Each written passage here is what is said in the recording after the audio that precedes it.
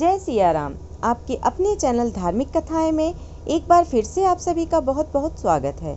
आज की अपनी इस वीडियो के माध्यम से मैं आप सभी के समक्ष श्रावण मास महात्म्य का 24वां अध्याय प्रस्तुत कर रही हूँ, जिसमें श्री कृष्ण जन्माष्टमी व्रत के महात्म्य में राजा मिज्जित के आख्यान का वर्णन किया गया है। तो वीडियो में बने रहें, वीडियो को पूरा देखें और यदि यह वीडियो आपको पसंद आए तो कृपया लाइक करें। और जो लोग भी मेरे चैनल पर नए हैं तो चैनल को सब्सक्राइब करना ना भूलें।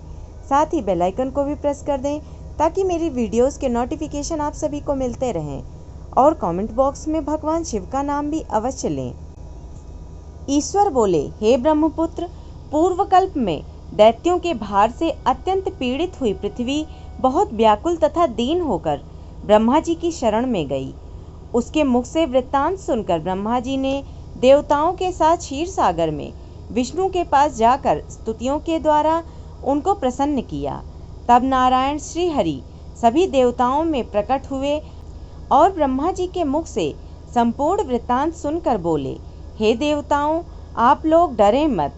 मैं वसुदेव के द्वारा देवकी के गर्भ से अवतार लूंगा और पृथ्वी का संताप दूर करूंगा। सभी देवता लोग यादवों का रूप धारण करें, ऐसा कहकर भगवान अंतर्ध्यान हो गए। समय आने पर वह देवकी के गर्भ से उत्पन्न हुए। वासुदेव ने कंस के भय से उन्हें गोकुल पहुंचा दिया और कंस का विनाश करने वाले उन कृष्ण का वहीं पर पालन पोषण हुआ।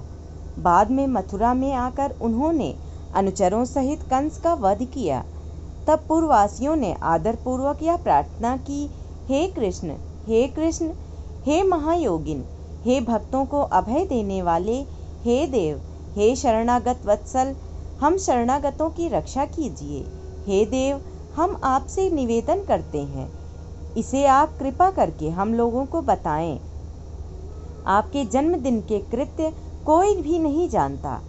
वह सब आपसे जानकर हम सभी लोग उस जन्मदिन पर वर्धापन नामक उत्सव मनाएंगे।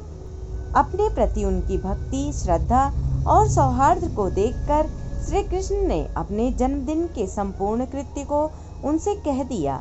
उसे सुनकर उन पूर्ववासियों ने भी विधान पूर्वक उस व्रत को किया।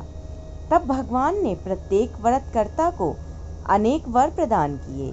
इस प्रसंग में एक प्राचीन इतिहास भी कहा जाता है। अंग देश में उत्पन्न एक मिज्जित नामक राजा था।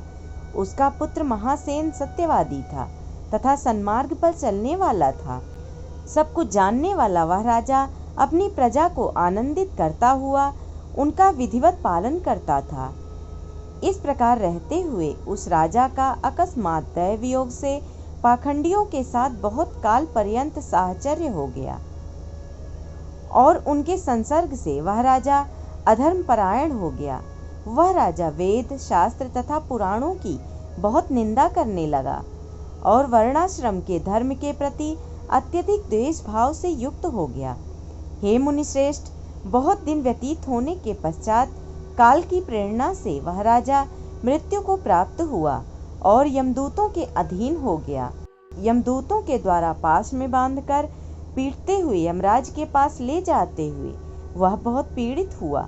दुष्टों की संगति के कारण उसे नरक में गिरा दिया गया और वहां बहुत समय तक उसे यातनाएं प्राप्त की। यातनाओं को भोग कर अपने पाप के शेष भाग से वह पिशाच योनि को प्राप्त हुआ। भूख व प्यास से व्याकुल वह भ्रमण करता हुआ मारवाड़ देश में आकर किसी वैश्य के शरीर में प्रवेश करके रहने लगा। वह उसी के साथ पुण्यदायिनी मथुरापुरी चला गया। वहां पास के ही रक्षकों ने उस पिशाच को उसके गृह से निकाल दिया। तब वह पिशाच वन में तथा ऋषियों के आश्रम में भ्रमण करने लगा। किसी समय दैव योग से श्री कृष्ण जन्माष्टमी के दिन व्रत करने वाले मुनियों तथा द्विजों के द्वारा महापूजा तथा नाम संकीर्तन आदि के साथ रात्रि जागरण किया जा रहा था।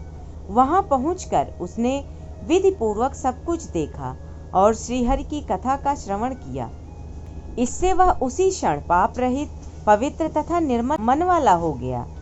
वह यमदूतों से मुक्त हो गया और प्रेत योनि छोड़कर विमान में बैठ दिव्य भोगों से युक्त हो विष्णु लोक पहुंच गया। इस प्रकार इस व्रत के प्रभाव से पिशाच योनि को प्राप्त उस राजा को विष्णु का सानिध्य प्राप्त हुआ। तत्वदर्शी मुनियों ने पुराणों में इस शाश्वत तथा सार्वलौकिक व्रत का पूर्ण रूप से वर्णन किया है। सभी कामनाओं को पूर्ण करने वाले इस व्रत को करके मनुष्य सभी वांछित फल प्राप्त करता है।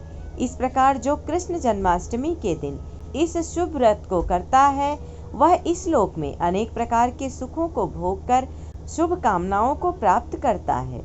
हे ब्रह्मपुत्र, वहाँ बैकुंठ में 1,00,000 वर्ष तक देव विमान में आसीन होकर नानाविध सुखों का उपभोग करके अवशिष्ट पुण्य के कारण इस लोक में आकर सभी ऐश्वर्यों से समृद्ध तथा सभी अशुभों से रहित होकर महाराजाओं के कुल में उत्पन्न होता है।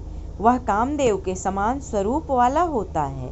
जिस स्थान पर श्री कृष्ण जन्मोत्सव की उत्सव विधि लिखी हो तथा सभी सौंदर्य से युक्त श्री कृष्ण जन्म सामग्री किसी दूसरे को अर्पित की गई हो अथवा उत्सव पूर्वक अनुष्ठित व्रतों से विश्व सृष्टा श्री कृष्ण की पूजा की जाती हो, वहाँ शत्रुओं का भय कभी नहीं होता है। उस स्थान पर मेघ व्यक्ति की इच्छा करने वाले मात्र से वृष्टि करता है और प्राकृतिक आपदाओं में से कोई भय नहीं होता। जिस घर में कोई देवकी पुत्र श्री कृष्ण के चरित्र की पूजा करता है, वह घर सब प्रकार से समृद्ध रहता है और वहाँ भूत प्रेत आदि बाधाओं का भय नहीं होता। जो मनुष्य किसी के साथ भी शांत होकर इस व्रतोत्सव का दर्शन कर लेता है, वह भी पाप से मुक्त होकर श्री हरि के धाम को जाता है। इस प्रकार श्री स्कंद पुराण के अंतर्गत ईश्वर सनत कुमार संवाद में श्रावण मास माहात्म्य में जन्माष्टमी व्रत कथन नामक 24वां अध्याय पूर्ण हुआ। भगवान शिव की कृपा दृष्टि अपने भक्तों पर सदैव बनी रहे। इसी कामना के साथ आज का यह 24वां अध्याय मैं पूर्ण कर रही हूँ। आशा करती हूँ आप सभी को यह वीडियो अवश्य ही पसंद आई होगी। यदि पसंद आई हो तो कृपया लाइक करें और जो लोग भी मेरे चैनल पर नए हैं तो चैनल को सब्सक्राइब भी अवश्य करें और कमेंट बॉक्स में भगवान शिव का नाम भी अवश्य लें। धन्यवाद।